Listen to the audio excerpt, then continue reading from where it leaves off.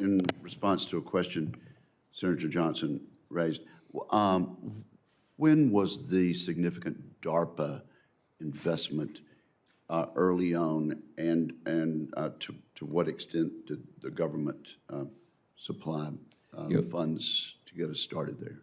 Many of the original elements of the semiconductor industry date back to Bell Labs, date back to the earliest days of DARPA. Many of those investments were made 50, 60 years ago that have produced many of the core technologies that the internet, that semiconductors, that AI runs on today. These are very long-term research investments. That's why we see things like the NSTC portion of the CHIPS Act a critical aspect, because we're not worried about just the next decade of this industry, but decades of this industry to the future. And do you, this will be the last, do you know if Trans-Pacific Partnership would have addressed some of these problems that Senator Johnson was asking about? I'm a big believer in the TPP. I believe that would be good policy to work closely, right, with both our European allies as well as our Asian allies. These are countries that want to work with us. Also, as I mentioned in my oral testimony, many of these countries together represent almost all of the semiconductor technologies and equipment in the world, right? Aligning with our partners in TPP, also the technology trade cooperation that's been initiated between the U.S. and Europe. We view these policies as very positive ones that we fully support. Well, Madam Chair, maybe the witness could supplement his answer on the record, specifically about whether TPP addressed the subsidy of other governments of this type of research in answer to the inquiry of Senator Johnson. Thank you, Madam Chair. Thank you, Senator Wicker. And I'm going to take my round now. I know we have other members who are waiting, and hopefully we will get to them. And then if people want a second round, we'll be here as long as people want to be. I would like to, well, first I'd like to say, we had the same debate when we were talking about what happened with COVID in the airlines, and we're about to issue a report showing that the investment the government made and made quickly actually is going to pay the government back into the investment. So it was a COVID pandemic, and we had to make decisions about whether to keep a workforce and keep them running, and the U.S. approach to that worked. So here, it's kind of, all of you have touched on this in so many different ways. It is about future investment. That's why this hearing is about the advancement of next generation chips. It is about how does the United States keep its leadership in that.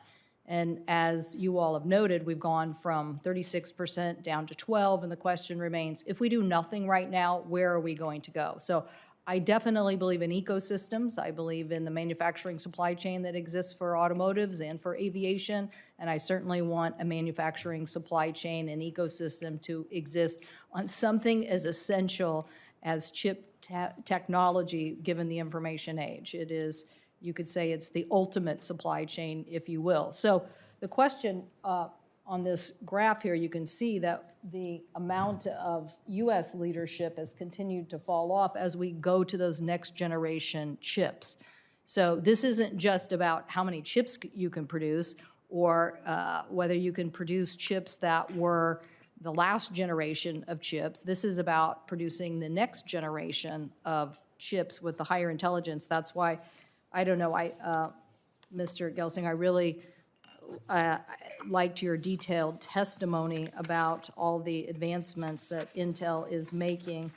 The ribbon FET, the Power Via, the EUV, that's a partnership with a European company, ASML, and obviously Mr. Archer is talking about this as well as it relates to plasma. So this really envisioned, you are kind of like the ultimate story of translational science that we're trying to capture in the R&D bill. We're trying to tell our friends here and people in America that we've done a lot of basic research, we've done a lot of advanced research, but China is spending 80% of their dollars on commercialization. So this is about whether we take the next generation of technology and get it deployed faster and remain on the leading edge. And if we don't, then all that manufacturing is going to go somewhere else, not in the United States. And as we can see from what's just happened, I think Americans like woke up and understand intuitively what supply chain is all about now. They know exactly what that means. That means they don't get their product. And now if you tell them that the ultimate product of the supply chain, chips, is all now leading edge in a country, I mean, in the island of Taiwan, then you basically are sitting here with a big vulnerability of the United States. And I think the last events of several weeks make that even more poignant. So the question is, what is it that we need to keep doing to keep on the leading edge of this technology? So you gave us this, you gave us all of these advancements in these chips, which I wish I could drill down on. But basically, you're talking about IP boost, you're talking about better connectivity, you're talking about more translation of. So from the first chip to today, what is the difference as far as what it means? And maybe I'll ask Mr. Fight what it means to him when it comes to the product that he's trying to deliver today. But could you just give us, Mr. Gelsinger or Mr. Murray, what kind of, what are we talking about as far as advancements of chip capability? I mean, I believe in Moore's Law, but help people understand here. The first chip did X, and now here's where we are with this level of advancement. Yeah, thank you. And, on my lapel here, I was the chief architect and designer of the 8486 chip for Intel, introduced in 1989. And this chip had 1.2 million transistors on it.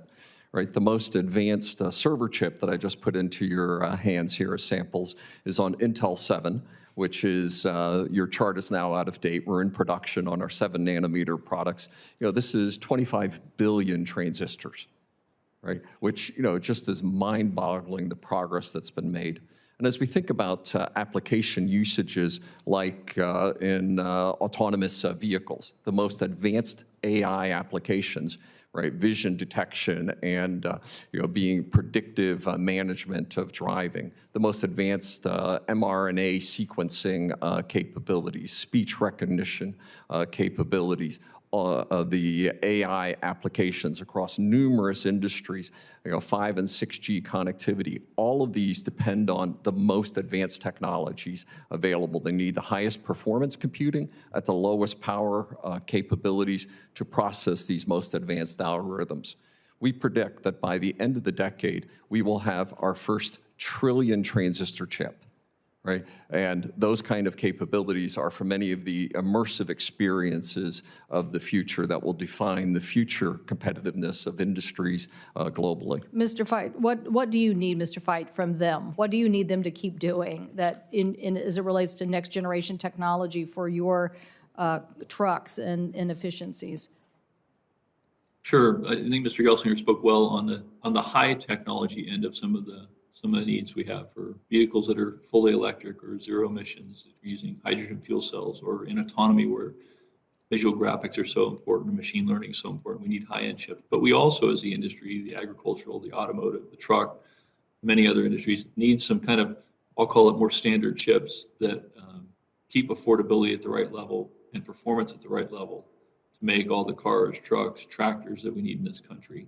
And so they shouldn't be left behind in that thinking. It can't have a life cycle of 2 to 3 years. Otherwise, the cost of products will go up incredibly if we're forced to redesign cars, trucks, and tractors, medical equipment that quickly. So it's kind of a both and, Senator Cantwell. Yeah. Thank you so much. My time has expired, but I think if Senator Thune isn't available, then I think it's Senator Moran. Thank you, Chairman. Thank you, Ranking Member, and our witnesses today for joining us.